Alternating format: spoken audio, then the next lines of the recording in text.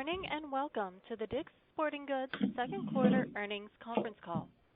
All participants will be in a listen-only mode. Should you need assistance, please signal a conference specialist by pressing the star key followed by 0. After today's presentation, there will be an opportunity to ask questions.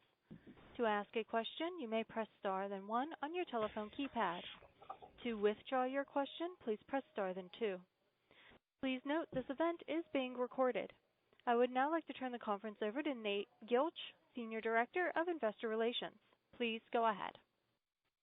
Good morning, everyone, and thank you for joining us to discuss our second quarter 2020 results. On today's call will be Ed Stack, our Chairman and Chief Executive Officer, Lauren Hobart, our President, and Lee Belitsky, our Chief Financial Officer.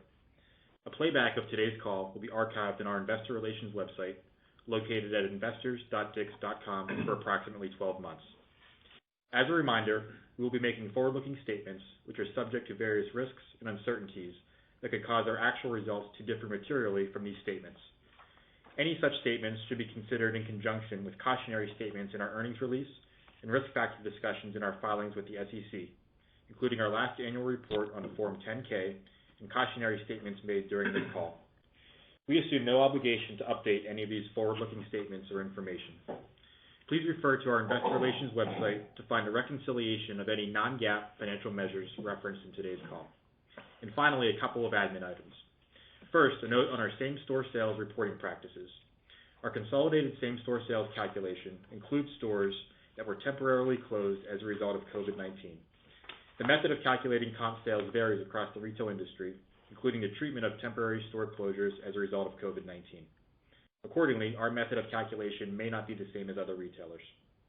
Furthermore, recall during our Q4 call, we announced our intent to move away from providing e-commerce sales growth and e-commerce penetration metrics beginning in Q1. Given the circumstances surrounding our store closures, we provided these metrics last quarter and are continuing to provide these metrics for Q2. We will revisit this decision for the third quarter. And lastly, for your future scheduling purposes, we are tentatively planning to publish our third quarter 2020 earnings release before the market opens on November 24th, 2020, with our subsequent earnings call at 10 a.m. Eastern Time. And with that, I will now turn the call over to Ed. Thanks, Nate. Good morning, everyone. As announced earlier this morning, we had an exceptionally strong second quarter in which we delivered our highest ever quarterly sales and earnings. We achieved record consolidated sales of $2.71 billion. Consolidated same-store sales increased 20.7%, even with approximately 15% of our stores closed on average during the period. This followed our 3.2% comp increase last year. Our second quarter non-GAAP earnings per diluted share of $3.21 represented a 155% increase over last year and was also an all-time record. Before we get into the details, I want to take a moment to thank our teammates whose hard work and dedication to our company and to the athletes we serve made these significant results possible. Concurrent with our strong business performance, I'm pleased to report that during the quarter, we returned our teammates from furlough, restored previously reduced salaries, and repaid teammates for their lost wages. Now back to our Q2 results. Our 20.7% comp sales increase was driven by the continued success of our industry-leading omni-channel experience. Our e-commerce sales were tremendous, increasing nearly 200%. More than 75% of our online sales were fulfilled by our stores, which serve as localized distribution points and are the hub of our omni-channel experience. By the end of June, we reopened 100% of our stores to the public, while continuing to prioritize the health and safety of the teammates and the athletes we serve. We saw increases in both average ticket and transactions, as well as growth across each of our three primary categories of hardlines, apparel, and footwear. Lastly, our private brands continue to be a significant source of strength and growth, outperforming the company average by approximately 500 basis points. This broad-based performance is a testament to the flexibility and dedication of our teammates, who reacted quickly to meet favorable shifts in consumer demand throughout the quarter. During this pandemic, the importance of health and fitness is accelerated. Participation in socially distant outdoor activities has increased, and there has been a greater shift toward athletic apparel and active lifestyle product, with people spending more time working and exercising at home. The majority of our assortment sits squarely at the center of these trends. Over the past few months, the partnerships demonstrated by our strategic vendors has been unparalleled. During Q2, we leveraged these strong vendor relationships and our private brand supply chain to aggressively chase product in the most in-demand categories. Certain categories in the marketplace were supply constrained, therefore less promotional, and our margin rates increased by 325 basis points during the quarter. This merchandise margin expansion drove significant improvement in gross margin, which increased 456 basis points. Now let me touch on our third quarter performance. The favorable shifts in consumer demand that drove our strong comps during Q2 have continued into Q3, partially offset by softness in the key back-to-school categories. With a significant part of back-to-school already behind us, through the first 3 weeks of Q3, our consolidated comp sales have increased 11% with continued margin rate expansion. As I look at our business, we're in a great lane right now. We have reopened our stores and remain committed to the procedures to protect our teammates and athletes' health and safety. We have enhanced our e-commerce offering with curbside pickup and faster shipping. Our product assortment is well tailored to the recent consumer trends, supported by strong relationships with our key brands. And importantly, we're in a strong financial position, having paid our line of credit to zero and have approximately $1 billion in cash. We're really in a great position. In summary, we're extremely pleased with our Q2 results and look forward to the remainder of the year. I'd now like to turn the call over to Lauren. Thank you, Ed, and good morning, everyone. I want to start by also thanking our teammates. You are the foundation of our company, and your efforts helped us continue to execute a seamless omni-channel experience and deliver a record-setting comp sales increase for Q2. This morning, I will review our strong brick-and-mortar and online results, and I'll also provide updates on our marketing efforts and our private brands. First, we experienced a very strong athlete response to our store reopenings. We saw momentum build throughout the quarter and delivered positive double-digit brick-and-mortar store comps during both June and July. Our teammates have worked tirelessly to adapt to a constantly changing landscape and have demonstrated an unrelenting commitment to serve our athletes and communities safely. In recognition of our hourly store and DC teammates' efforts, we recently announced the 15% pay premium will be extended through the end of the year. In total, during the second quarter, we invested $42 million across incremental COVID-related compensation and safety measures. Going forward, we expect approximately $50 million of similar costs per quarter through the end of this year. Turning to e-commerce. During the second quarter, our online sales increased 194%, with over 50% mobile penetration. This included curbside pickup, where we focused on improving speed and convenience, and the athlete response remained very strong. E-commerce merchandise margin expanded meaningfully, which along with higher penetration of curbside and BOPIS sales drove a significant improvement in e-commerce gross margin. We also continued to reduce delivery times to our athletes, even as e-commerce demand remained at unprecedented levels. This success online is a direct result of the technology and fulfillment investments we have made over the years, as well as better integration of our digital and store channels, as we work to relentlessly improve the athlete experience, enhance our profitability, and build a best-in-class omni-channel platform. Moving to marketing, where one of our largest assets is our Scorecard loyalty program. We have over 20 million active users in the program, accounting for more than 70% of our sales. The data from this program drives our digital and direct marketing efforts, which we continued to enhance during Q2, enabling more personalized communications with our athletes. Throughout Q2, we also maintained a strong voice through several compelling marketing initiatives. Our See You Out There campaign inspired athletes everywhere, filling them with hope and motivation to get outside. Our golf-specific marketing was also successful as we focused on our fitting experience and product offerings. Most recently, at the end of Q2, we launched our Back to School campaign, which addresses the ever-changing landscape and acknowledges that no matter how you're going back to school, whether it's in person or on camera, you still need to have the best styles. We paired these larger brand campaigns with more tactical marketing around store reopenings and curbside pickup to ensure our athletes knew we were there to get product to them wherever and whenever they wanted it. Lastly, across our stores and online, our private brands remain a key source of strength and differentiation within our assortment. As Ed mentioned, they outperformed the company average by approximately 500 basis points in Q2. We've been particularly pleased with CALIA and DSG, which represented our second and third largest women's athletic apparel brands during the quarter. And in total, across all categories after only 1 year following its launch, DSG has surpassed Field & Stream to become our largest private brand.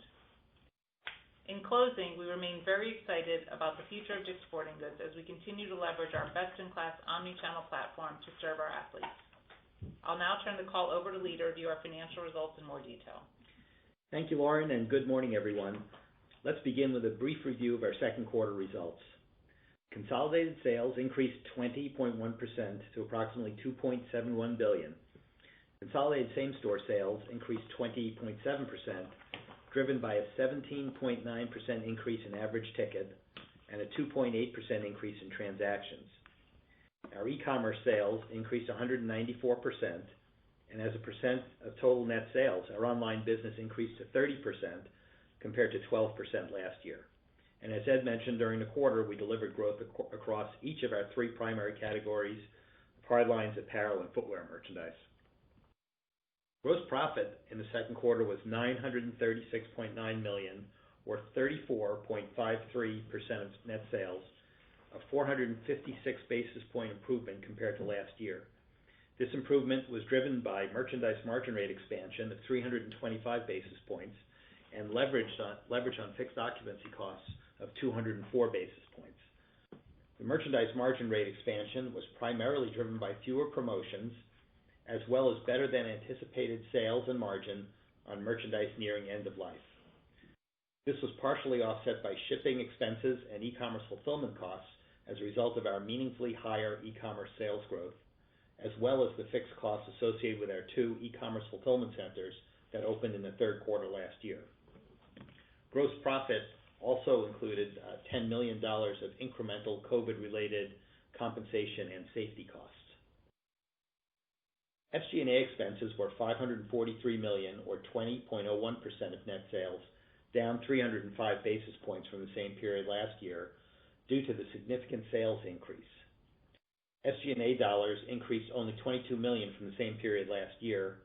This includes $32 million of incremental COVID-related compensation and safety costs, and $12 million associated with the change in value of our deferred comp plans, resulting from the significant increase in overall equity markets in the quarter, which is fully offset in other income and has no impact to earnings. These expenses were partially offset by expense reductions following our temporary store closures. Driven by our strong sales and gross profit margin, non-GAAP EBT was $397.8 million, or 14.66% of net sales, up $246.7 million, or 797 basis points of operating margin expansion versus the same period last year. In total, we delivered non-GAAP earnings per diluted share of $3.21 compared to earnings per diluted share of $1.26 last year, a 155% year-over-year increase. On a GAAP basis, our earnings per diluted share were $3.12. This included $6.6 million in non-cash interest expense, as well as 1.1 million additional shares required in the GAAP diluted share calculation, both related to the convertible notes we issued in Q1. For additional details on this, you can refer to the non-GAAP reconciliation tables of our press release that we issued this morning. Now I'll briefly review our 2020 first half results. Despite temporary store closures during March, April, and May, consolidated sales decreased only 3.2% to approximately $4.05 billion. Consolidated same-store sales decreased only 2.3%. Within this, our e-commerce sales increased 154%, and as a percent of total net sales, our online business increased to 33% versus 12% last year. Non-GAAP earnings per diluted share were $1.60, and this included $76 million, or 65 cents per diluted share, of incremental COVID-related compensation and safety costs, and compares to non-GAAP earnings per diluted share of $1.86 for the first 26 weeks last year. Now moving to our balance sheet, as Ed stated, we're in a strong financial position, and during the quarter we leveraged our cash flow from operations as well as cash on hand to repay $1.4 billion of outstanding borrowings on our $1.855 billion revolving credit facility. We ended Q2 with $1.1 billion of cash and cash equivalents and no outstanding borrowings on our line. Our quarter-end inventory levels decreased 12% compared to the end of the same period last year, and looking ahead, our inventory is clean and we will continue to optimize our assortment to improve our in-stock positions in the most in-demand categories. As previously announced, in light of our strong business results, we reinstated our dividend program, and during the quarter we paid $26 million in quarterly dividends. Net capital expenditures were just $12.5 million, and we did not repurchase shares. With respect to our full-year outlook, there's still a high degree of uncertainty surrounding the scale and duration of several key external factors. This includes the COVID-19 pandemic and economic stimulus, as well as employment and consumer confidence and their potential impact on our business. Given this uncertainty, we will not provide a 2020 outlook for sales and earnings at this time. We will continue to reassess the practicality of resuming guidance in future quarters. While mindful of the uncertainty in the current environment, we're extremely pleased with our significant Q2 results as well as our Q3 sales trends. We remain very enthusiastic about the future of DICK'S Sporting Goods. This concludes our prepared comments. Thank you for your interest in DICK'S Sporting Goods, and operator, you may now open up the line for questions. We will now begin the question and answer session. To ask a question, you may press star then one on your telephone keypad. If you are using a speakerphone, please pick up your handset before pressing the keys. To withdraw your question, please press star then two. At this time, we will pause momentarily to assemble our roster. And our first question will come from Robbie Ohmes of Bank of America Merrill Lynch. Please go ahead. Good morning, guys. I'll say great quarter, but I really don't have a word for a quarter like this. It's pretty unbelievable. Ed, my question I think for you is these categories that are doing so great. I think you're not the only ones that are seeing this unbelievable sell-through rate. How are you thinking about in-stock levels in a lot of these solitary leisure categories for the balance of the year? Given that others are running short, and do we need to be concerned about your inventory positioning when we think about how we think about your sales run rate going forward? And maybe, Ed, could you tie into that? Has anything changed in how you guys are thinking about the hunt category? I know you've exited it in a lot of stores. Is that expected to continue? And then lastly, some comments on the golf category, maybe some insights on how Golf Galaxy comps are doing. Sure. Robbie, thanks. Let me start with the hunt category first. So this has not changed our view toward the hunt category. We're still planning to significantly reduce that, exit what we're doing with Field & Stream, and so really nothing has changed. Although that business, from what I understand, has really been quite good, we're not changing our position on that. As we take a look at stock levels, Robbie, we're going to be somewhat inventory constrained on some of these categories, but we've got a flow of product that as it comes in, it goes right back out, and we actually think we're going to be in a bit better position from an inventory standpoint going forward in the fitness category, in the bike category, and a little bit in the golf category, beginning toward the end of September and into October. So, our team has done a great job working the supply chain. A number of these products that we talked about from a fitness standpoint, bikes, are our own private brands, so we control the supply chain, and the team has done a great job of being able to service the athlete or the customers. If you're going to walk in our store, it's still going to look like our fitness business is really depleted, but the flow of product we have coming in, it's kind of going out as fast as it's coming in, and we expect the trends from a sales standpoint in those categories to continue. As far as the golf business, Golf is one of those categories that are your outdoor social distancing. The golf business has been great at both Dick's and at Galaxy. There's a number of young people who've come into the game because they're not playing football or soccer or some other sports.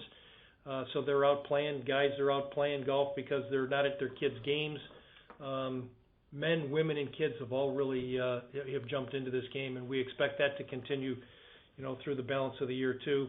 The golf season is being extended with what's going on right now with the playoffs on the PGA Tour, followed by the U.S. Open in September, and then the Masters in November. So we think golf is one of those categories that's going to be really, really very good. And there's some concerns about people saying, well, what's going to happen when it gets cold and people go inside? Well, up north, that's a concern if it gets really cold in November and December. But we have so many stores that are in the south and in the west that the weather is going to be, you're going to be able to get outside 12 months a year. So we continue to be pretty excited about our business. That's great, thanks. And just quick, do you give the Golf Galaxy comps? We don't, Robbie. All right, thanks so much. But they're good. That's great. Thanks so much. Thanks, Robbie. Our next question comes from Kate McShane of Goldman Sachs. Please go ahead. Hi, thank you. Good morning.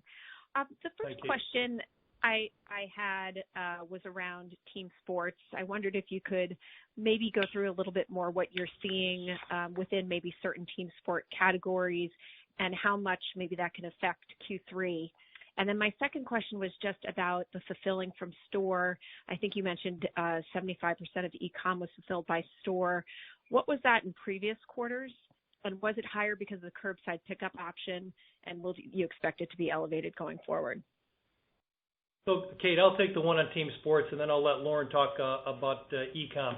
So from a team sports standpoint, the team sports business is not very good right now, with the exception of baseball. The baseball business has continued to be pretty good, but other sports have been difficult. We expect them to continue to be difficult through all of Q3, but we've got the majority of this business behind us, and I think people should understand that the back-to-school business and the team sports business is going to be difficult through this back-to-school time frame, but we are more than offsetting that with comps at 11% so far this quarter. And the back-to-school business and the team sports business will become less important as we go forward. So, but team sports is going to be difficult. And the way we're looking at this is that we're just banking comps for next year with the team sports business. And, we hope it'll be better next year. Great. And now I'll take your second question, Kate. So in terms of the percentage of e-commerce business that was fulfilled out of the stores, I do think it's meaningful to point out that 75% is a large increase. In the past, we've indicated it was the majority, so over half, but this is a meaningful increase that's being fulfilled from the stores. And yes, you're right that a lot of that business is going out the front door as well as what used to be just the back door in terms of curbside and ship from store. Curbside remained really strong even as we opened the stores. It's a business that we believe strongly is here to stay. And we believe it will be an important player throughout the back half of the year and into holiday and into the future. Thank you. Our next question comes from Chris Horvers of J.P. Morgan. Please go ahead. Thanks. Good morning, everybody. So first, a follow-up question is, as you talk about, team sports is getting behind us and back to school has peaked as well, and you have a number of school districts and opening later, and then Texas and delayed sports programs in New York State. High school sports are delayed till September 21st. So I guess how do you think about the potential acceleration of the business? Can you maybe peel away what's going on in these what's going on in the comp base X back to school and team sports? Well, we won't get into quite that level of detail, but as I said, the team sports and back-to-school business has been soft so far. And even with that being soft and we have a big part of it behind us, the comps are still plus 11%. As we take a look at some of these school districts and states that have indicated that they're going to delay sports, we've got some inventory to be able to service them. but we're not sure that that's actually going to happen when it gets right down to it. Are they going to play? Are they not going to play? So we're being cautious as we go forward from a team sports standpoint in these fall sports. Understood. I guess maybe the other way to try to cut the question is, you talked about strong trends accelerating obviously over the quarter because of how you report comps, including closed stores, and then double-digit brick and mortar in June and July. So our rough math, you said that you were down 4% quarter to date when you reported last time. It looks like you comped 30 in those months. Is that accurate? That's pretty close, yes. Understood. And my follow-up is, Lee, on the SG&A, obviously a lot of puts and takes in there. You did have furlough savings, presumably maybe some rent, not rent, but maybe some other reduced hours affecting that SG&A line as well. So what's the right base of SG&A to sort of look at, our back half estimates or on a go-forward basis? Last year you were $515 million in SG&A and $600 million in third and fourth quarters. Are we now building off that, or what's the right base that we're building from? I think last year is the right base. Except you got to take a look at in Q3 we had a big piece of incentive comp in there that unless we have really extraordinary results here, we won't anniversary that kind of level of incentive comp. But I think the last year base is a good one to build off of. And then we talked about the incremental COVID expenses of $50 million a quarter, probably split around $40 million will be in the SG&A line and $10 million on the gross margin. Will hit gross margin. And just maybe to cut a different way, how much was the furlough savings that was an offset in the SG&A line? Yeah, there were a lot of pieces in there. Furlough savings. We had some small reductions in force that are involved. We cut travel, we cut consulting costs. We really battened down the hatches, in Q1 and cut CapEx and cut other SG&A expenses along the way. So we did have some pretty significant savings, particularly in the first half of the second quarter. Understood. Thanks very much. Our next question comes from Michael Lasser of UBS. Please go ahead. Good morning. Thanks a lot for taking my question. Was the entirety of the slowdown from 30% comps in June and July to 11% comps quarter to date in August due to weakness in back to school and team sports, or did other categories slow as well? It's pretty much by the back to school categories, and in those back to school categories is footwear, is all the team sports, which is a pretty violent peak in the month of in the first part of August. A much higher percent of our total sales in August than it will be in September and October. And so those back to school categories, the team sports, the cleat business, backpacks, all of those have been soft. But even with that, comps are still running 11% with margin rate expansion. And to borrow the term that you used very eloquently, Ed, it's not only fair to think about banking some comp for next year from the team sports business getting better, or next year or whenever we get back to normal, but also back to school getting back to normal. So is that the right way to think about it?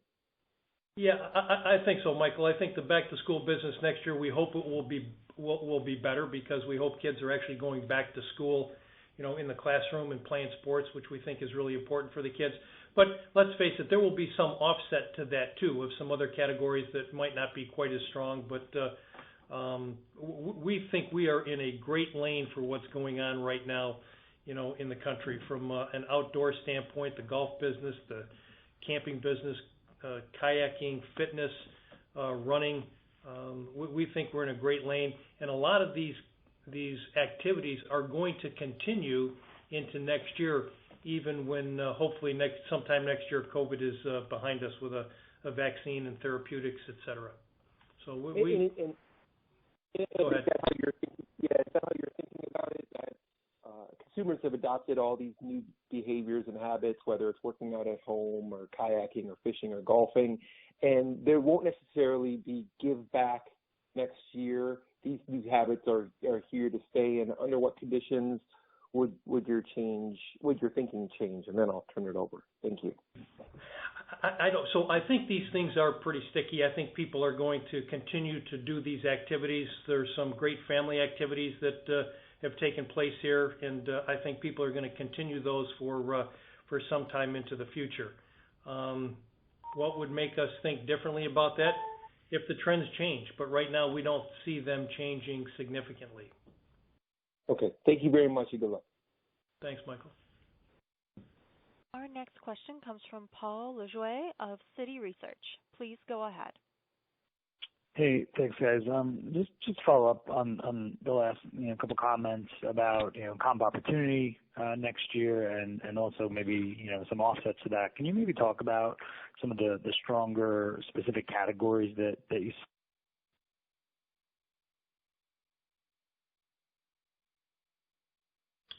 We lost you. Stronger categories that we see, maybe? Paul, are you still there? Operator, if we can go to the next call, and then when Paul resumes, we can jump him in the front of the line. Okay, our next question will come from Simeon Gutman of Morgan Stanley. Please go ahead. Thanks, everyone. Good morning. I wanted to ask first on gross margin. If you look back to 2019, it ended at around 29 and change, and it once peaked at about 31.5. So it's about 200 basis points below the peak. Does the channel mix explain most of this gap? And I think if we got the math right, it was about a 40 or 50 basis point channel mix headwind this quarter. What would be the reason it can't inch closer to that prior peak? I know e-commerce was probably extra good because of pickup in store, but should it narrow back over time, assuming the merch margin continues to stay healthy? It should edge back toward that level. There has been a channel shift, and the gross margin is lower because we have the delivery expense, we have the shipping expense in e-com, which is a structural difference. But we are leveraging some of the fixed expenses in e-com and fulfillment along the way, and a lot of it comes down to how promotional we're going to have to be. So we haven't had to be terribly promotional over the last 3 or 4 months or so in e-com. I don't expect we're going to be able to maintain the same levels of gross margin coming out of our e-commerce business indefinitely, but for some time going forward, we should be able to maintain elevated levels of gross margin. I think it can move closer to that also too, Simeon, based on what's happening with our private brands. Our private brands are doing extremely well, whether it be CALIA, the DSG brand, what we're doing in a number of other categories, the fitness brands. So as our private brands continue to improve, our margin rates will continue to improve. Yep. And any sense on the stickiness of using this curbside model, which I'm sure a lot of customers have been introduced to, which this wasn't an option before, but obviously it should be pretty powerful going forward. But how do you sense that'll continue and that these pickup rates will stay high going forward? Hey, Simeon, it's Lauren. We do think that curbside is here to stay. It's been a fundamental shift in consumer behavior, and we anticipated originally that we would see a large drop-off when the stores reopened, but that is not the case. Curbside remains very strongly penetrated and very high percentage of the mix. So we think curbside is a behavior that's here to stay and just an added element to a store so that the store becomes the omni-hub of the whole ecosystem. And we're expecting curbside to continue to be strong for the balance of the year. We're thinking that with COVID around, there might not be that much interest in getting into crowded stores in the Christmas season. So we're planning on a big curbside fall season. We're forward deploying inventory out to our stores to satisfy that demand, setting up all the parking lots to operate that way, and we'll be ready for a big curbside event the rest of the year. Okay, and just to sneak this in, Ed, just in terms of the fluidity of the environment, this transition to other seasons, as even though the weather will change, In categories like bicycles and fitness, is it still literally this stuff comes in the door and is out that same day? Is it that type of demand environment still? Well, I'm not sure it's that day, Simeon, but it's a few days. It sells out pretty quickly as soon as we have have product in there. Right. Okay. But we've got a nice flow of this. We've got an increasing level of supply coming in for fitness product over the next several months, for bikes over the next several months. The boat business is going to be a bit more constrained, although we do have some more product coming in. But we're pretty comfortable on the flow we've got coming in. It's just going to come in and go right back out. Yep. Thanks. Good luck. Thanks. Our next question will come from Paul Lejuez of Citi Research. Please go ahead. Hey, thanks. Sorry for the phone cutting out there. I was just asking about maybe if you could talk about some of the stronger performing categories that you saw specifically in the second quarter, and just how do you plan F21? You've got the comp opportunity perhaps in the back to school and team sports categories, but then maybe difficult comparisons in some others. So just curious how you're thinking about it from an inventory perspective. And then also in some of these categories that you're chasing, are you seeing higher average unit costs in some of those hot trending categories? And to what extent are prices maybe moving higher, if at all? Thanks. We really haven't seen higher costs in any meaningful way coming out of these products. And some of these categories we're talking about, whether it be the camping business, the fitness business, the boat business, a lot of these are our own brands. So we control the supply chain, and we've done a pretty good job with that. As we look into next year, what we really are is we're looking at 19 as the year to plan off of. And we've talked to a number of other people who are in our industry. That's what they're doing also. Other people, brands that we do business with, a lot of them are looking at kind of planning off of 19, and that's what we're planning to do. And we think next year, if a lot of this pandemic is behind us and kids are back in school and playing sports and everyone feels safe, we think there's a big upside in the team sports and the back to school business next year. Got it. Thank you. Good luck. Our next question will come from Michael Baker of D.A. Davidson. Please go ahead. Hi, thanks. I know you guys aren't going to give guidance per se, but it sounds like, correct me if I'm wrong, the implication with back to school and team sports becoming smaller over the coming weeks and months is that would tell me that comps would accelerate. Is there an offset to that such that comps wouldn't accelerate? And excuse the working from home, my dog barking exactly when my question comes up. Michael, we can all relate to barking dogs and working at home, so don't it's worry unbelievable. about it. No barking at all today until you called on me. But, okay. Yeah. Like my kids. Yeah, I understand. No worries. So you would. That's not an inappropriate assumption, but last year too, we were exiting the hunt business last year, and there's a couple of offsets to that, but we're really comfortable and excited about where we're at, and we couldn't be happier that with the back to school kind of shaping up the way that it is, which is going to be, back to school is going to be a disappointment I think for a lot of people, but we're fortunate that we've got this broader based portfolio that we can offset that, and comps at plus 11 right now we're pretty happy with, and these back to school items will become a smaller percent of the balance of the quarter. Yeah, makes sense. Understood. Two questions for Lee real quick, if I could. One, Lee, you said that you're cycling incentive comp in the third quarter unless you have, a really strong third quarter this year. Well, you're comping at 11 and things could get better. So, I guess how should we think about potential incentive comp in the third quarter of this year? And then I hate to ask this type of boring question, but the structure you put in place with the convertible and the offsetting hedge, I think at 52.42, as I recall, that starts to become dilutive. You're above that now, so can you give us any color on how we should think about the share count going forward? Thanks. Um, so I'll take on the expense question first.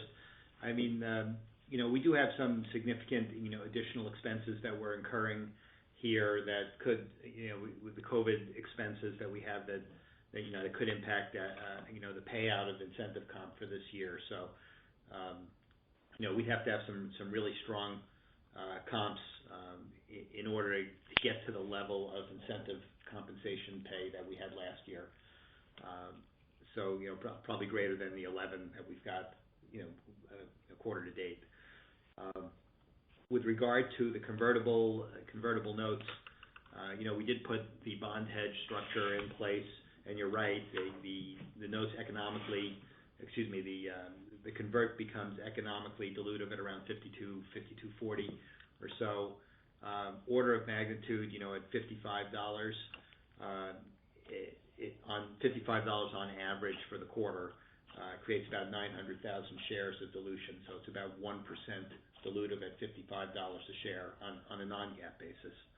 On a GAAP basis, it's about 5.9 million shares, on average for the quarter. If we're at $55 price for the quarter, it would be 5.9 million shares. Okay, that's good color. And then presumably the dilution goes up as the stock price goes higher. Correct. Understood. Thank you. Our next question comes from Adrienne Yih of Barclays. Please go ahead. Good morning. Congratulations on the progress in the quarter to date. My first question is on the digital. You're welcome. Well deserved. My first question is on the digital business. As that grows, obviously you can see the data on new customers you've acquired since the pandemic began. Can you share any of those metrics or statistics there? For Lauren, can you talk about CALIA and DSG penetration? And probably more importantly, going forward, your physical brick and mortar channel is such a competitive advantage given your end of mall and big boxes. Are there opportunities for you to be the distribution channel for digitally native brands in athleisure, footwear, or maybe other categories? And then Lee, my last question is, last quarter inventory had been shipping out of the stores to keep inventory clean. What happened in the third quarter, and what should normalized ship from store be? Thank you very much for taking my questions. Okay, Adrienne, it's Lauren. I'll try to tackle the first few. So as digital grows, we do have new customers joining the DICK'S ecosystem, a meaningful number of new customers and a meaningful number coming in through the digital channels, and those customers are repeating. So we're very pleased with new customers, generally speaking. I don't think I'm going to go deeper than that at this point, but generally speaking, sure. we're very focused on retaining those new customers this quarter. Yeah. CALIA and DSG are doing amazingly well. As I mentioned, CALIA is number 2 and 3. They are the number 2 and 3 women's athletic, and DSG brand is number 1 across the board. We're very focused on private brand growth. I don't want to share a penetration goal with you at this point, but we are very, very, very enthusiastic about those brands as well as some other new brands in the future. And then opportunities for us to be a distribution channel for digitally native brands is a very interesting thing. It's in a longer-term horizon, not something I would say short-term, but certainly we do believe that the omni-channel strength that we have and the fact that we have 800 points of pickup and distribution getting closer to home could really be an advantage for us first and foremost, and possibly in the future, but no immediate plans on that. Great, thank you. Okay, and with regard to the fulfillment channels in Q2, obviously when you have nearly a 200% comp increase, all of our fulfillment channels lifted in terms of volume. So, our market fulfillment centers, had significant increases year over year. Curbside was huge. Our ship from store picked up as well. Our vendor direct programs picked up. So, and we talked about in total mix, 75% was fulfilled by the stores between ship from store and curbside. So, all channels lifted in volume. The good news is we had the infrastructure in place to handle kind of holiday level e-commerce sales for months on end, with all the different fulfillment channels we have turned on. So, as Lauren said earlier, a lot of the investments we made over time, both in technology and in fulfillment, really paid off for us during the quarter. Great. Thank you very much. Best of luck. Okay, thank you. Our next question comes from Seth Sigman of Credit Suisse. Please go ahead. Hey guys, good morning. Congrats on the quarter. I wanted to follow up on that last point around the e-commerce economics. Obviously, in this environment, consumer adoption of online has accelerated probably by many years. Just wondering, can you elaborate on the efficiencies and the operating leverage that you're seeing that perhaps is more encouraging as you think about the scalability of e-commerce? Does it change at all how you think about the profitability of online over time? I realize that it has been improving in recent years, but does it give you any more confidence in, what the profitability could look like over time?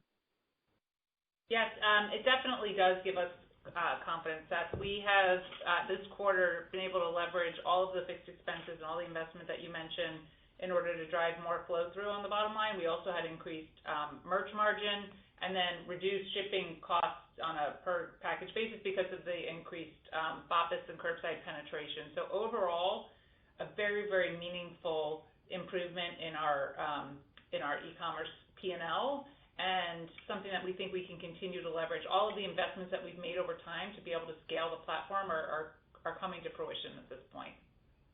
Okay, that's helpful. And just to clarify, would the profitability have improved even without the merchandise margin improvement? Yes, meaningfully. Okay. And then just around merchandise margin, you had been bracing for more promotional activity later in the quarter in Q2. Doesn't really seem like that happened. Can you just update us on what you're seeing now? How are you planning for promotional activity for the balance of the year?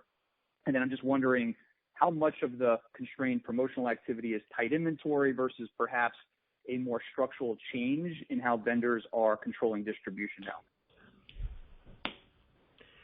We don't really see the majority of what's driving our business today. We don't see that becoming more promotional. There are inventory constraints across a number of categories, and with those constraints, we don't think it's going to get very promotional. I think vendors are being very cautious and to make sure that the market doesn't get flooded with product that needs to be cleaned up going into next year. So I think everybody's taking a pretty conservative approach from an inventory standpoint, and inventory will be in very good shape, I think, at the end of the year. I don't think there'll be a glut. I don't think there'll be a meaningful margin rate erosion. Okay, great. Thanks a lot. Our next question will come from Brian Nagel of Oppenheimer. Please go ahead. Hi, good morning. Great quarter. Congratulations. Thanks, Brian. And I apologize ahead of just for getting too near-term focus, but just when we look at the performance here so far in the third quarter, and I understand that it's extraordinarily fluid and there may be really no normal markets, but in markets that have opened up more, where you're maybe seeing more regular team sports activity, are you seeing a different performance in the category there than the rest of the chain? Meaningfully. Okay. Then the second question I have, I guess, as we look into the back half of the year, Dick's is not terribly fashion focused, but there are new product launches from your key vendor partners do help to drive sales. So as you're talking to your partners, given the fluidity, the disruptions in the environment, how are they thinking about product introductions in the back half of the year, and how do you think about that as a sales driver? It depends on the category and it depends on the brands. There'll be some, Callaway's launching a new driver in a few weeks, which we think is going to be great. Some other people have delayed launches to, clean up some inventory and so that there's not a glut of inventory, or they're not doing product launches until, some people are talking about not doing any new product launches until, actually 22 in some categories, which I'm not going to get into what those are with those particular brands. I'll let them talk about them. But where there's going to be newness, I think it's going to be very good. I think some people that have had some newness now, but for reasons that business slowed down, whether that's in some of the team sports area or backpacks, some of that kind of stuff, where there's not going to be as much newness going into next year, we think that's perfectly fine. So we think the brands are being very thoughtful and appropriate in how they're looking at this going forward. Thank you. Our next question comes from Tom Nikic of Wells Fargo. Please go ahead. Hey, good morning, everyone. Thanks for taking my question, and congrats on a great quarter. I want to ask, there's been some news out there about shipping cost increases and some of the carriers levying surcharges for the key holiday season in November and December. Do you have any sort of thoughts around that, or mitigation strategies, or how we should think about the gross margin impact from potential shipping inflation in Q4? The freight markets are tightening up out there, both truckload, intermodal, and package delivery. So we are starting to see some increases in rates there. On the package side, UPS has announced across the board rate increases. We only do a very small part of our business with UPS. Most of it is done with FedEx at this point. But with the higher level of e-commerce business that is likely to occur in the back half of the year, both with us and with everybody else, I would expect there to be some level of surcharges, from both FedEx and UPS going forward for the fall. We don't know the extent of that at this point, but it is a potential headwind for later in the year. Now, it's partially offset by the tremendous amount of curbside pickup that we're doing, which should mitigate some of that expense on the e-commerce side. So, we're excited about being able to offer that to our athletes as well. Got it. And when we think about the moving to another topic, when we think about the strong performance in Q2 and the pretty solid quarter-to-date trends despite the back-to-school headwind, is there any way we can think about it in terms of new customer acquisition versus something like wallet share among existing customers? This is Lauren. I think it's actually a little bit of both. We know we got new customer acquisition, but we also drove higher AURs and more sales within our existing customer base. So it was both. All right, great. Thanks very much, and best of luck the rest of the year. Thank you.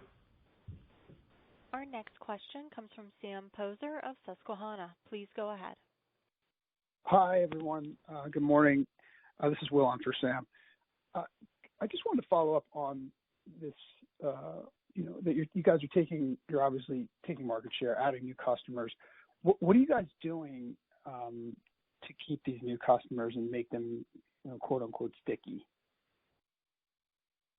We are really, really focused on trying to get customers into the family and then to retain them. So we've got a massive database of over 20 million athletes. Every time we get a new athlete, it's an opportunity to try to personalize and customize. And I would say the main change in what we're doing versus what we might have done in the past is that it's not just a promotional basket offer. It's a targeted incentive for people to come into the store.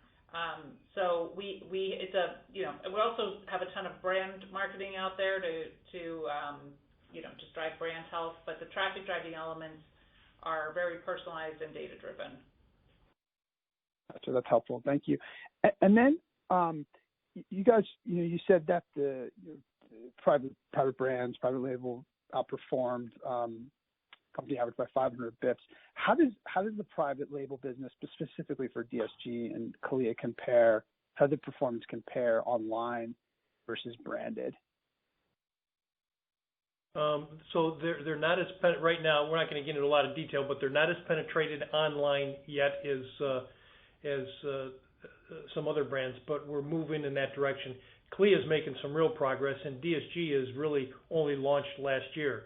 But DSG will be this year will be our largest private brand across men's, women's, kids, and then into some of the hard lines categories that we have it in. So we're really pleased with what's going on with it. It hasn't.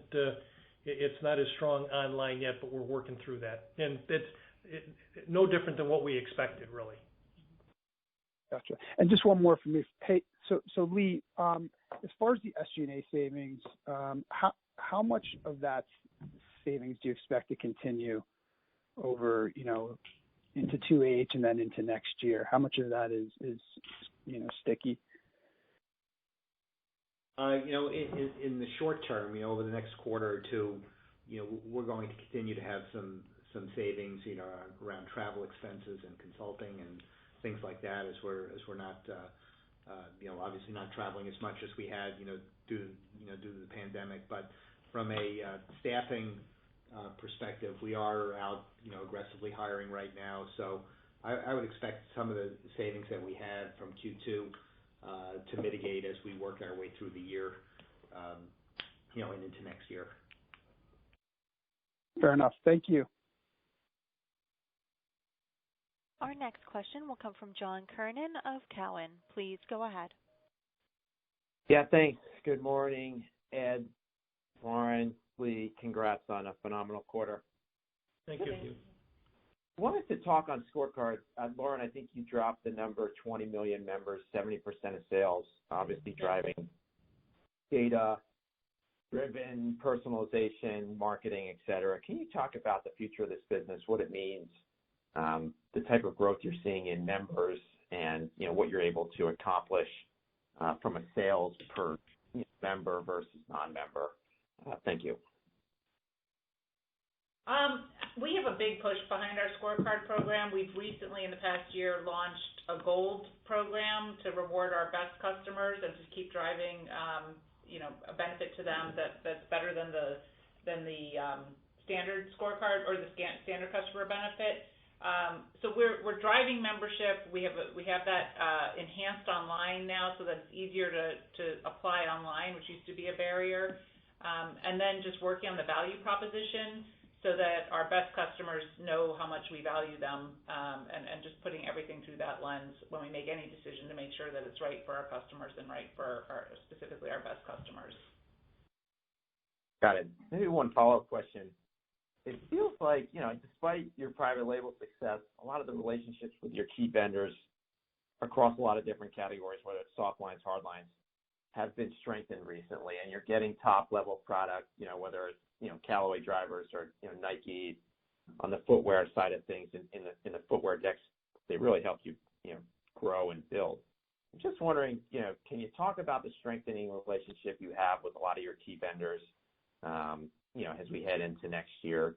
Certainly it feels like on their own conference calls they're mentioning you more. We can see it when we walk the stores. But just talk about the strengthening with the key vendors at this point as we go into holiday. Yeah, I think we've always had great relationships with our vendors. So this isn't something new. We've worked on this and for a number of years, and we've got great partnerships with the people that we do business with. I think one of the reasons that they're strengthening going forward is that we have a footprint that allows us to showcase kind of a brand's entire brand, whereas some other retailers that they do business with, they can showcase a portion of a brand, but we can showcase an entire brand. So if you take a look at some of the athletic companies, we can showcase the apparel, footwear, and the hardline side of their business, where some others can't. When you take a look at from a golf standpoint, what we can showcase across Callaway's brand for clubs, bags, balls, gloves, the accessory piece of the business. And I think they're looking at us as somebody who can showcase their entire brand, give a great presentation to the consumer walking in that they can't get. A couple people have said to us, you guys, the way you guys present and the space that you dedicate to and the way that you service it and the way that you merchandise it is how we would want to do it if we were doing our own store. And I think they just see us as a great is a great gateway to the consumer, and the relationships have just continued to strengthen. And our vendors do what they say they're going to do, and they know that if we say we're going to do something, we're going to do it. So I think the one thing that's really helping to strengthen the relationships with the vendors is the trust and communication on both sides. And there's been more communication, more strategic planning, and more trust between us and our key vendors than I think there ever has been in the past. And we see that continuing. That's great to hear. Thank you. Thanks. Our next question comes from Warren Chang of Evercore ISI. Please go ahead. Hi, good morning. I had a question on the new Overtime and Warehouse outlet stores that opened about halfway through the quarter. How much of the store base is able to utilize those centers for clearance? And is it changing the realizations that you're getting on some of the end-of-life merchandise? So it's definitely, this concept is very much at its infancy stage right now. We don't have many of them out there, but we've got, they can take a lot of the clearance merchandise we can get out of the stores, the traditional stores, and make room for the new product, which is another thing that's helping our margins. And we're able to realize a higher margin rate in these stores than if we kept it in our store and tried to clean it out. So it's been, it's early on, we're really pleased with what's going on here with these stores. Okay, and then just going forward beyond this year, how do you see that fitting into, your overall clearance strategy? How many more, or how much larger can that footprint be going forward? So right now, we really don't know. We're just in the test phase. We'll see how it goes. There's, we're working through this right now. Early on, we're very pleased with it, but we're not really ready to guide what this can be or how we're going to go with it going forward. It's still very much in the test phase. Got it. Thank you. Our next question comes from Peter Benedict of Baird. Please go ahead. Oh, hey guys, thanks for taking the question.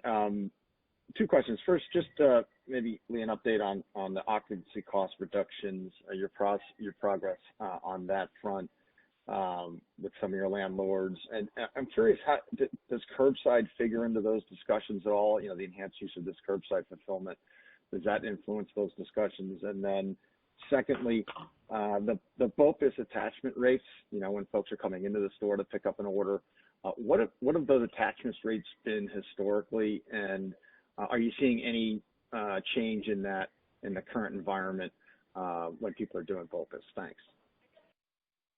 So with regard to the occupancy costs, we made some pretty good progress in the second quarter on negotiations of occupancy costs in cases where the stores were closed. In a number of the leases, we had opportunity to abate our rents during a period of time that the stores were closed. From an accounting perspective, we've elected to defer those gains and spread the gains over the remaining life of the lease. So we didn't pick up those earnings, during the quarter. Most of those discussions have wrapped up by now, and we're back to paying rent. Pretty much everywhere at this point. So relationships are pretty good right now, I'd say, with our landlord community. On the BOPIS question, in terms of attachment rates, it's not something we've disclosed in the past, but we are absolutely trying to drive reasonable attachments and UPT with every transaction, be it in-store, curbside, or buy online, pick up in store. And if you go see some of our curbside expressions, you'll see relevant attachment items sometimes out on the curb that people can buy and/or offered on the website when you place the order that you'll also need this, and this. So we're definitely focused on that. All right. Yeah. No, thank you. I've used the curbside at Dick's and at Golf Galaxy. It's been a fantastic experience. So well done on that. Thank you very much. Thank you. Thanks. Our next question will come from Scot Ciccarelli of RBC Capital Markets. Please go ahead. Good morning, guys. Scot Ciccarelli. Thanks for squeezing me in. You mentioned that you have seen some meaningful performance differences in various geographies. Can you guys provide any more color on that? And I guess I'm really curious, do you actually start to see a counter-cyclical effect where the sales of personal fitness and outdoor products actually accelerate enough where it more than offsets the team sports where we've had additional COVID-19 outbreaks? We're not going to get into kind of the geographic piece of this. What we did say is where they're playing team sports, we've seen the team sports business meaningfully outperform where they're not, which is not surprising. I think the fitness business is going to be very good all over it. And people are just know that in order to fight the pandemic or whatever comes next, people need to be healthy. And that doesn't mean that we're going to have a lot of marathon runners, but people are going to get out and they're going to walk. They're going to buy a treadmill. They're going to lift some weights, even if they're light weights, kettlebells. this whole fitness trend is just people are going to try to be healthier. And we don't see that changing even when COVID-19 is in our rearview mirror for quite a while. Okay, thanks for that. And then I guess, a follow-up here. I'm just curious if your field teams are starting to see any competitive closures. It just seems like a lot of the biggest economic pressures we're seeing within the retail landscape are on smaller private companies, one-off businesses, and the like. I wonder if you started to see any of that in your particular sector. Well, we've seen some closures. Modell's is, even before COVID, they were going to close, so Modell's is closing. I think we'll see a number of competitors close stores, and we think we'll be a beneficiary of some of this as it happens. Got it. All right. Thanks, guys. Sure. Our next question will come from Chris Savizza of Wedbush. Please go ahead. Morning, everyone. Congratulations. Thanks for squeezing me in. I've got two. I guess first, just on the, just curious, the 75% that's of e-com that's fulfilled in stores, did you call out by any chance how much of that is actually, what percentage of that is actually curbside? I'm curious about that, number one. And number two, I guess, Ed, for you overall, when you made a comment earlier about your planning the business off of 2019, I guess I'm curious, as we look at the business model from a financial perspective, is that a way we should be looking at it as well, just given a lot of the sort of abnormality and fluctuations we're going to see in 2020? Some things stick around, some things don't. Is that a fair way to kind of look at it, or do you feel like there's structurally going to be revenue benefits, margin benefits that will carry into 2021 over and above how we should think about looking at 2019? Hi, Chris. So in terms of your first question, we haven't specifically broken out how much curbside is as a percent of that 75%, but we did say that it used to be majority, right around half, and it's now 75% of coming through the stores, so you can do some rough interpretation there in terms of curbside is very meaningful. And Ed, you want to take the second one? And as far as we go into 19, I think you've got to look at your model however it works for you. We're going off 19 because we suspect next year in the first quarter, if you just look at it versus 20, our comps will be positive. Right. I'm not sure that our comps will be positive in the second quarter next year just because in the second quarter our team did a great job. There was some pent-up demand from Q1. So this is a really odd year of how this is all going to play out.